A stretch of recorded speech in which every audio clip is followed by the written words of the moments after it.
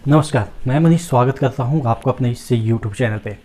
दोस्तों, कल मैंने आपको CHSL यानी कि SSC CHSL 2020 यानी कि अभी जो फॉर्म भरे जा रहे हैं, जिसका एग्ज़ाम कुछ ही समय के बाद होनी है, तो मैंने कल किताब बताए थे कि कौन कौन से बुक से अगर आप पढ़ते हैं तो आपका सिलेक्शन हो जाएगा। क्योंकि मैंने भी इसी तरह के जो बुक हैं, यही बुक हैं जिसे मैंने पढ़ा। उसके बाद मेरे जो नंबर थे 162 के अराउंड थे, ठीक है, 2 पॉइंट समथिंग थे, तो राउंड फिगर में कर दें तो 162 थे, जिसमें कि सिलेक्शन हो गया था।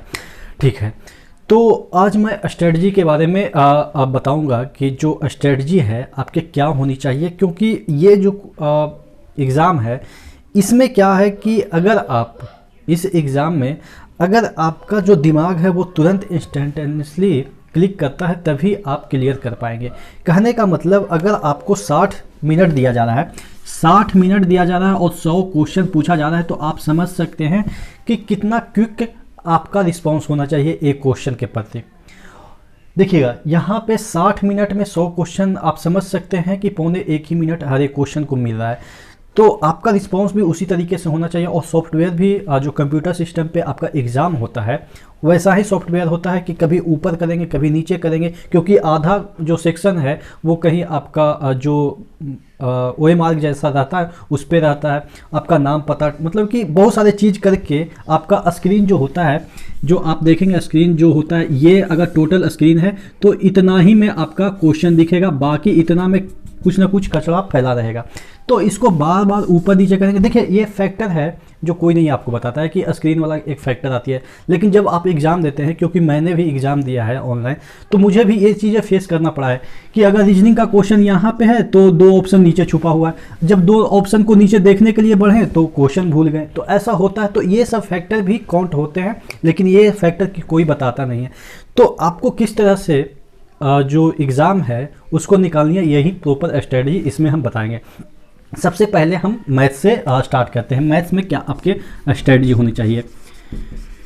ठीक है, 25 क्वेश्चन पूछे जाते हैं, 2 नंबर के रहते हैं। ठीक है, अब देखिएगा, मैथ्स में ऐसे क्वेश्चन पूछे जाएंगे फार्मूला बेस्ड, इस पे क्वेश्चन ज़्यादा पूछे जाते हैं, फार्मूला बेस्ड या ऑब्जर्वेशन बेस्ड। क्योंकि आपको भी पता है कि टाइम काफ़ी कम है, तो एग्जामिनर भी ऐसा बेवकूफ़ नहीं होता है कि आपको मैथ्स के नाम पे एकदम से जो लेंदी वाले मैथ होते हैं वो पूछ दिए जाएंगे। नहीं, वो भी उस क्वेश्चन को बनाते हैं, उसके बाद देखते हैं कि इस कंसेप्ट का जो क्वेश्चन है इसको बनाने में कितना समय लगता है। प्रॉपर एक जो आपके पास क्वेश्चन आती है वो प्रॉपर बना के सॉल्व करके वहाँ पे परोसी जाती है, जिससे कि वो टाइम का जो रेशियो है वो पता लगा पाए कि ये वाला जो क्वेश्चन है, ये जो 100 नंबर का क्वेश्चन है उसको कितने समय में बनाया जा सकता है। ठीक है, तो जो 25 क्वेश्चन जो मैथ्स के आते हैं, उसमें अर्थमेटिक के क्वेश्चन ज़्यादातर आपको दिखेंगे। अगर एडवांस की बात करें तो आप ये मान के चलिए कि इसमें 16 से 17 क्वेश्चन आपके अर्थमेटिक के ही पूछे जाते हैं। 16 से 17, तो आपके कितने बच गए? यहाँ पे आपके 9 के क्वेश्चन के अराउंड आपको कितना ये एडवांस के क्वेश्चन पूछे जाएंगे। और एडवांस में कौन से क्वेश्चन पूछे जाते हैं? जो आपके जितने भी फार्मूला बेस्ड होते हैं, कभी कभी तो फार्मूला ही पूछ देते हैं, फार्मूला बेस्ड क्वेश्चन ना पूछ के फार्मूला ही पूछ देते हैं। तो एडवांस में आपको क्या आनी चाहिए कि फार्मूला सभी के लगभग क्लियर होनी चाहिए। और फार्मूला भी उतना तगड़े लेवल का नहीं, sine square plus cos square equal to 1 होता है, उसी का यूज करके कहीं आपको आइडेंटिटी पूछ दिया जाएगा। ठीक है, अलजेब्रा का जो आपके रूट इक्वल होते हैं तो जो कंडीशन बनते हैं उससे कुछ प्रश्न पूछे जाएंगे। तो यानी कि इस तरह के क्वेश्चन वहाँ पे पूछे जाते हैं। ठीक है, यानी कि आप समझ गए कि जो मैथ्स होता है उसमें फार्मूला बेस्ड ज़्यादा क्वेश्चन पूछे जाते हैं।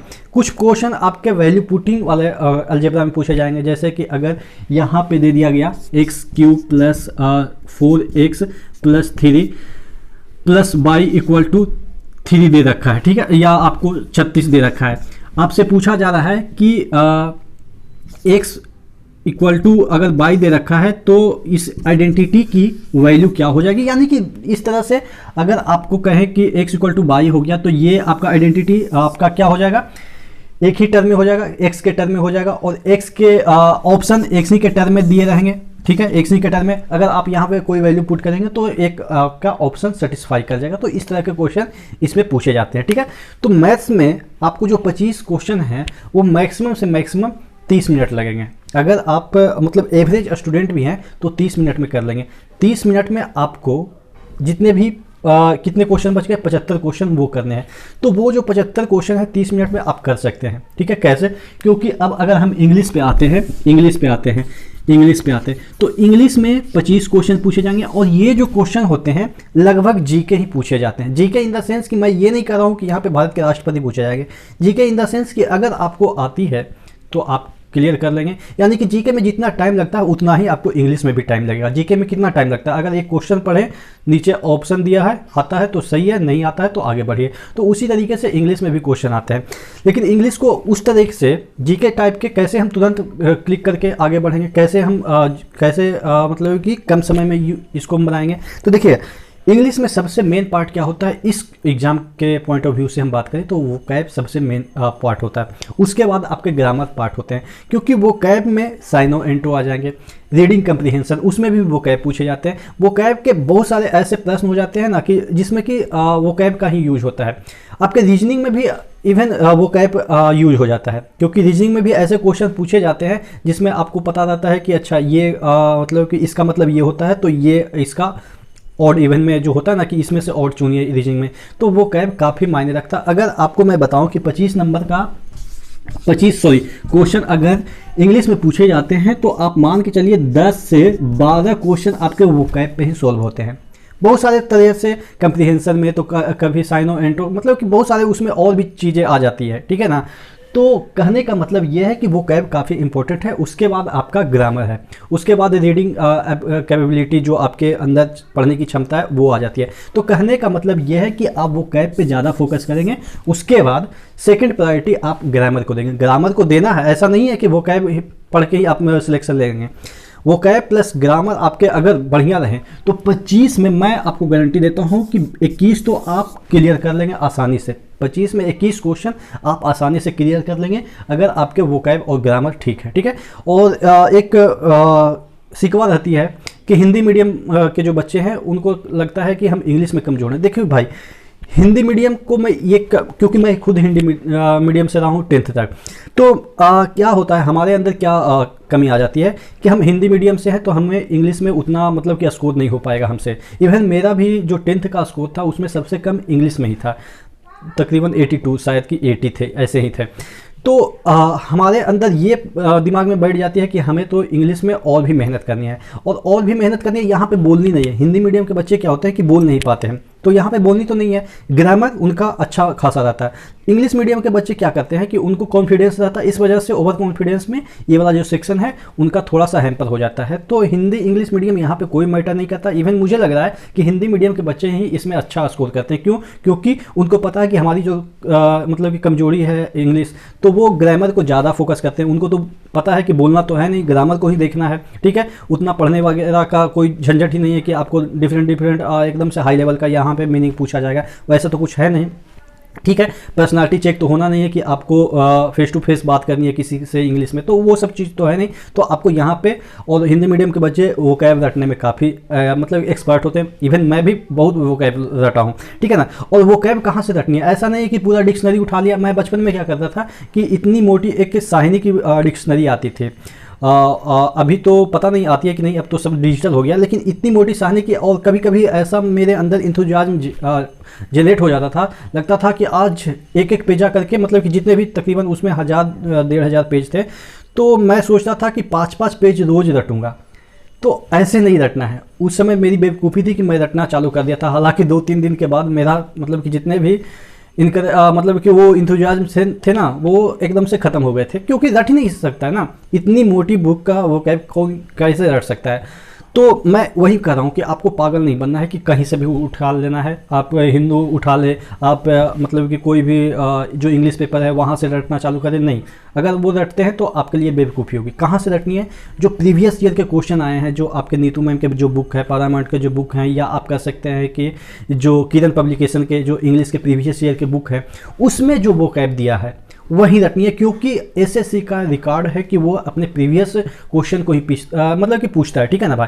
तो इंग्लिश में मैंने बता दिया, और जो ग्रामर है, ग्रामर का भी बुक मैंने बता दिया, नीतू मैम का या पारामाउंट का या किरण का, उसी से पढ़ना है, ठीक है। तो ये आपका मैथ्स और इंग्लिश हो गया। अब रीजनिंग की बात करें, रीजनिंग आपको कुछ नहीं करना, जो भी आपके किरण में दे रखे हैं उसी को एक बार लगा लीजिए, 2 बार लगा लीजिए, जितना मन करे उतना लगाइए, बस उससे ज़्यादा कहीं से नहीं पूछा जाएगा।